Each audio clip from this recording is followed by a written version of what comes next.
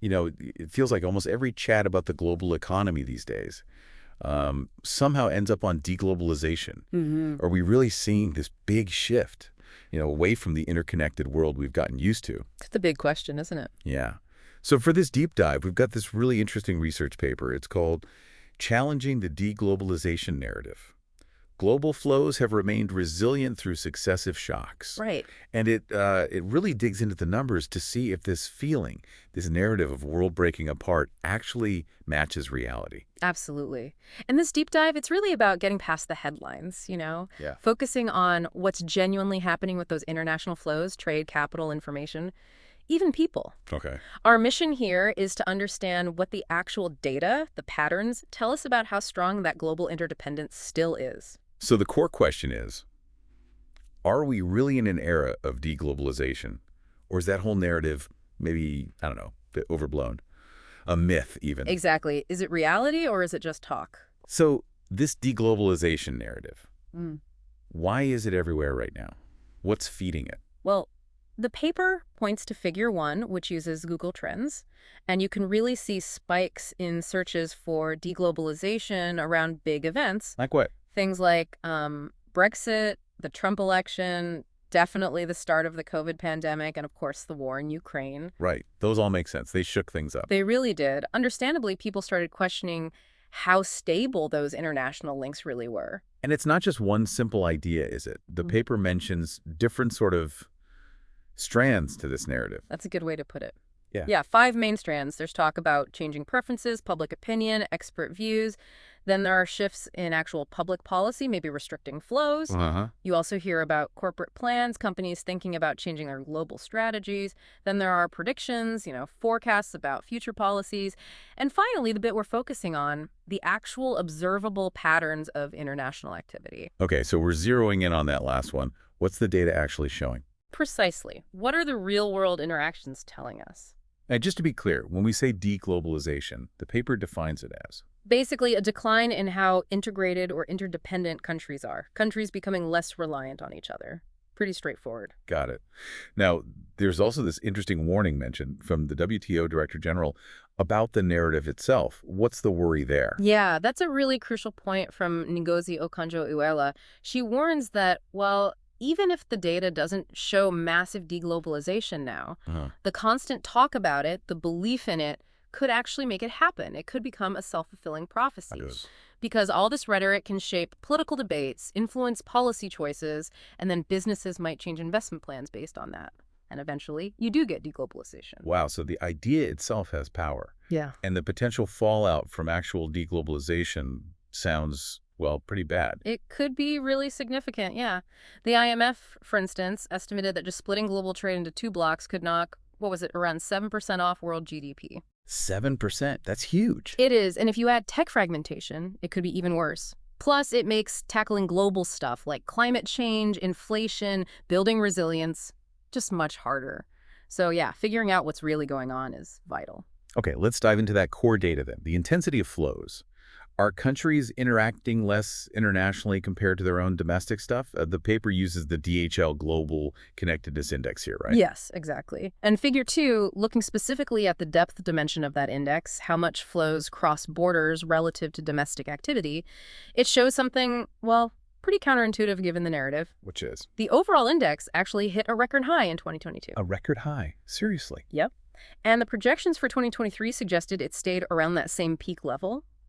So, despite all the shocks and the talk, these fundamental connections measured by the index seem incredibly resilient.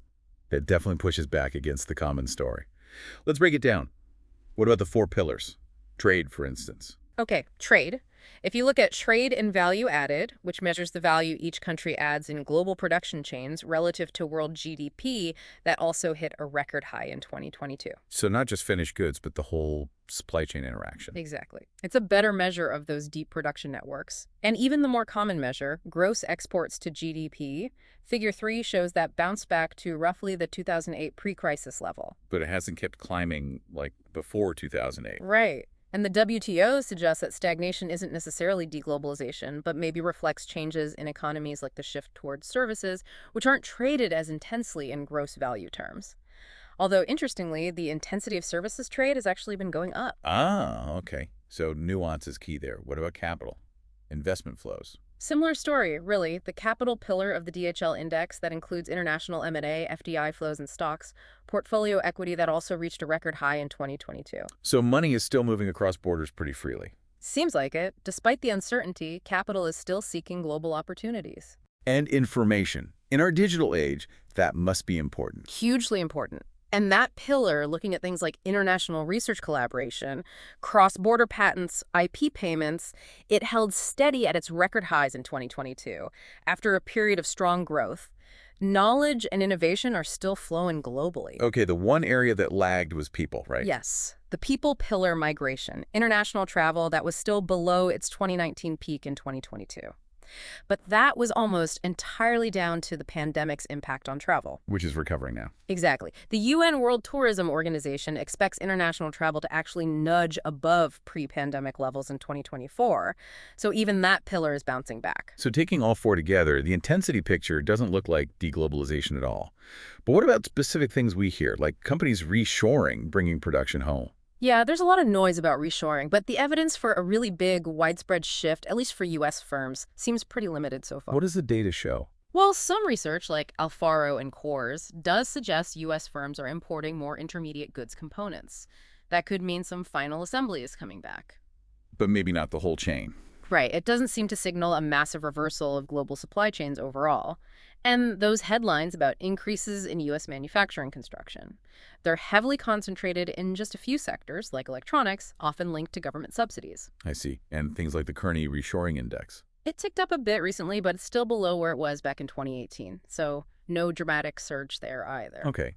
What about foreign direct investment, FDI flows? The paper notes a recent dip relative to overall investment. Is that a sign of pulling back? It's something to look at, definitely, but FDI flows alone can be, well, a bit misleading. They don't capture everything, like contracts or local financing. And they bounce around a lot year to year. Interestingly, Figure 4 shows that if you take Luxembourg out of calculation for 2022, it had a huge, unusual financial transaction that year. Then FDI flow intensity actually increased. So context matters. Hugely. You need to look beyond just one headline number. Which brings us to Figure 5, with a whole bunch of other indicators for international business. What's the message there? They mostly reinforce the resilience idea. FDI stocks the accumulated value of foreign investment keep growing relative to GDP and market cap. That means foreign companies have a bigger, lasting presence. Okay. Announced greenfield FDI new factories and facilities abroad, the value of those projects hit a decade high relative to GDP in 2023. Fewer projects maybe, but bigger ones. Interesting. What else? Cross-border M&A intensity has held steady, especially if you look at the international share of all M&A. The output share of multinational foreign affiliates is stable. Their employment share was trending up pre-2018. Payments for using international IP growing, and the share of foreign revenues for listed companies up in most countries, even during the pandemic. So across the board, it looks more like adaptation, maybe. Yeah. Shifting how globalization works rather than retreating from it. I think that's a really good way to describe it. Companies adapt. They shifted trade routes quickly after the Ukraine invasion started. Investment surged in chips and resources because of supply worries. Right. Maybe the pace of globalization has slowed what some call slowbalization, but we're not seeing convincing evidence of a widespread reversal of actual deglobalization in these intensity measures. Okay, that's a clear picture on intensity. What about the next angle, the geographic one? Are flows becoming more regional, less global, more local-ish? This idea of regionalization or nearshoring. Yeah, that's definitely gained traction in discussions, especially post-COVID and with the Ukraine war.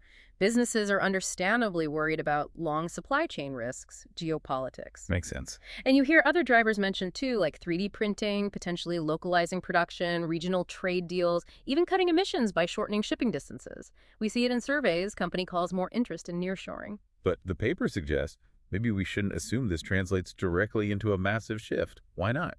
Well, A few reasons. For one, a lot of business is already pretty regionalized, so the potential for a dramatic further shift might be limited. Right. Plus, companies aren't just nearshoring, they're doing other things for resilience, like diversifying suppliers across different regions, using digital tools for better visibility. And those shipping cost spikes. They've mostly come back down, and the actual impact of things like 3D printing on overall trade patterns still kind of up for debate.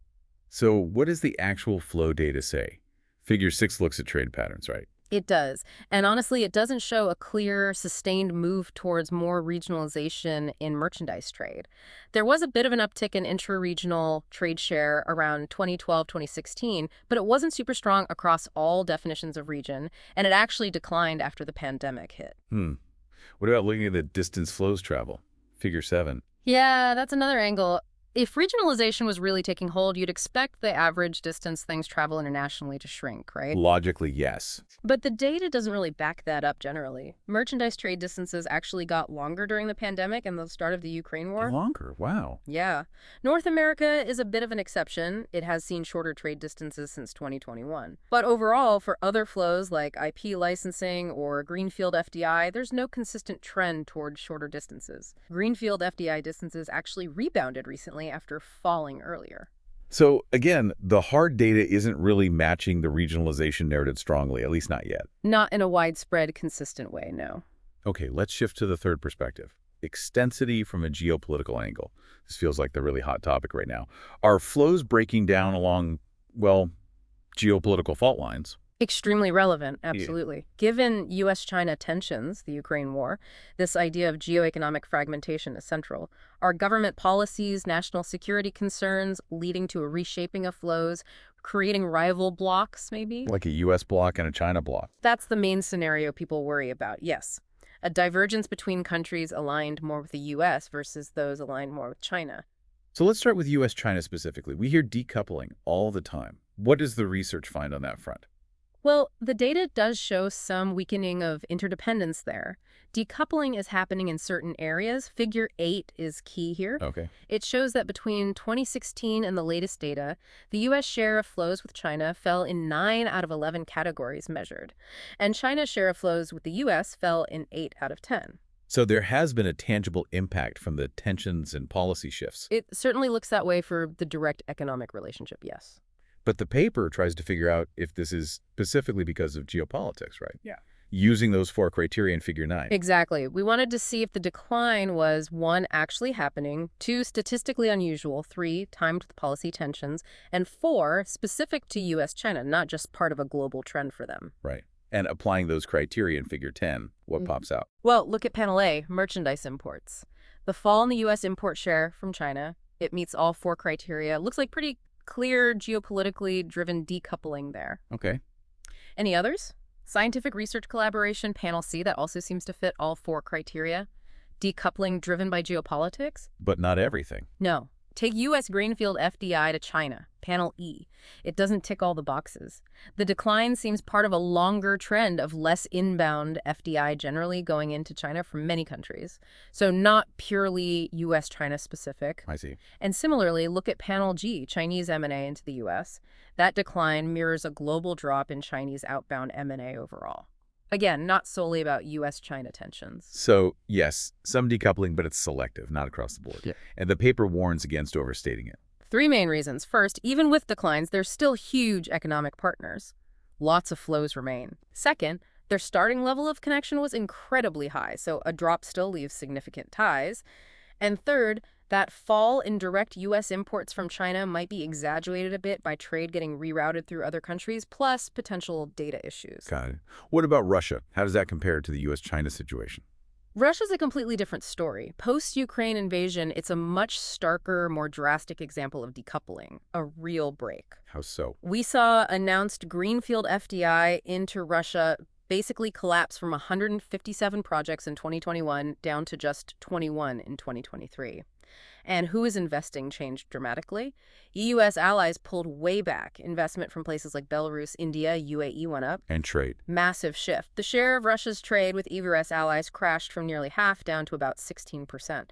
Meanwhile, the share with China and its allies surged from about a quarter to almost half. Wow. That really shows what happens with active conflict versus, say, trade disputes. Absolutely. It's a far more abrupt and severe severing of ties. So the key question then is this fragmentation spreading? Are we seeing these wider blocks forming beyond just U.S., China, and Russia? So far, the evidence for that kind of broad fragmentation into distinct, less connected blocks, it's not really there. Look at the right side of Figure 10. Okay. It shows that close allies of the U.S. and China, leaving Russia aside, they aren't showing the same broad decoupling patterns between their blocks as we see just between the U.S. and China themselves. For instance, U.S. allies imports from China and its allies.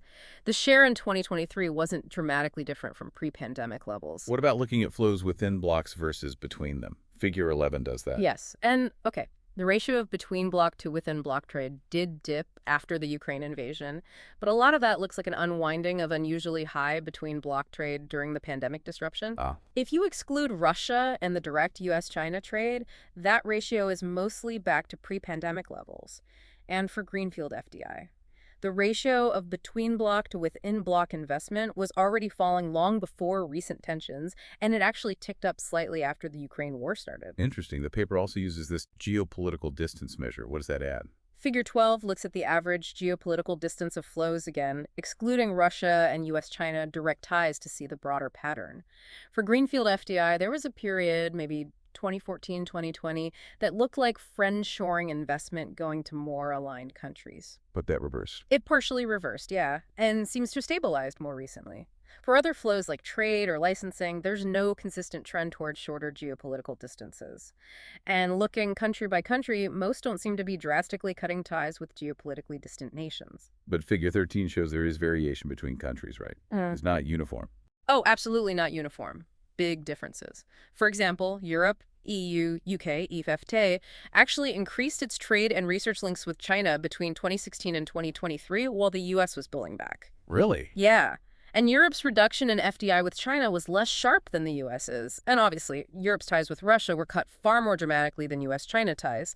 We also see things like Canada importing more from China's allies, or US allies importing more intermediate goods from China. So specific adjustments are happening. For sure, especially in strategic sectors like semiconductors. Yeah. But those are still a small slice of overall global trade. So the bottom line on geopolitical fragmentation is what?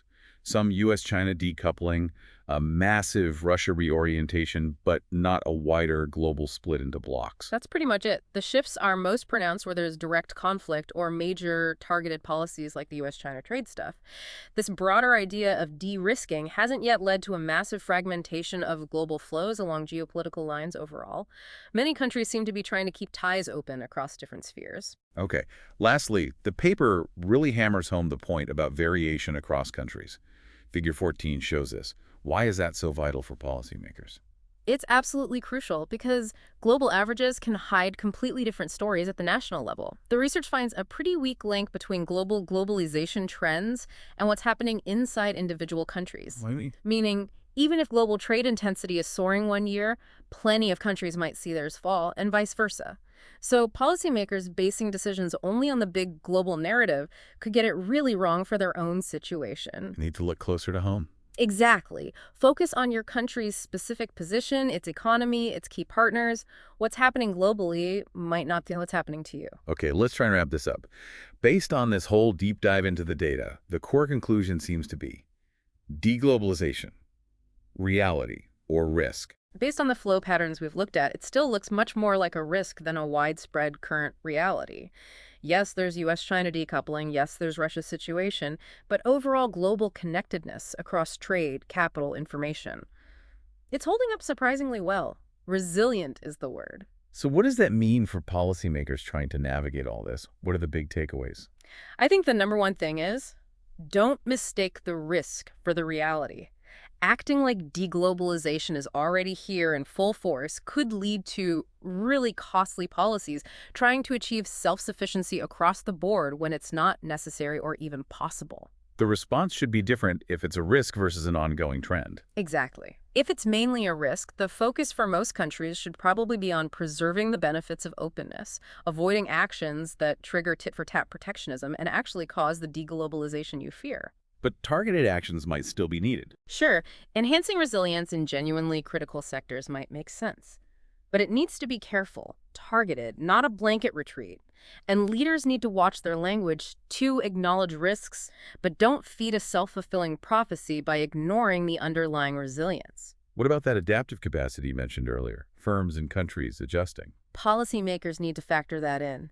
Businesses are incredibly adaptable. They find ways around disruptions while still trying to benefit from global links. Trade intensity stayed high despite everything that shows resilience.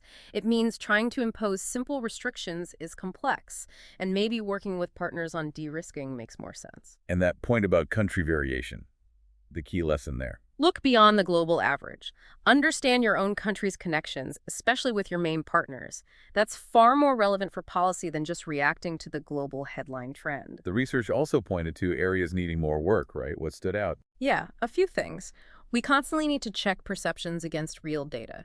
We could use better ways to measure geopolitical alignment beyond just UN votes, for example. Yeah. And thinking about measuring regionalization, maybe using average flow distance is useful. Right. Also, instead of just thinking in terms of rigid blocks, developing more continuous measures of geopolitical distance could give us a better handle on fragmentation risks. Right. So given all this resilience we've seen, here's a final thought for you, for everyone listening. What could actually tip the balance? What specific triggers, policy shifts, events might turn this risk of deglobalization into a full-blown reality? Thinking about that interplay between the talk, the policies, and what actually happens on the ground, it's definitely something to keep watching.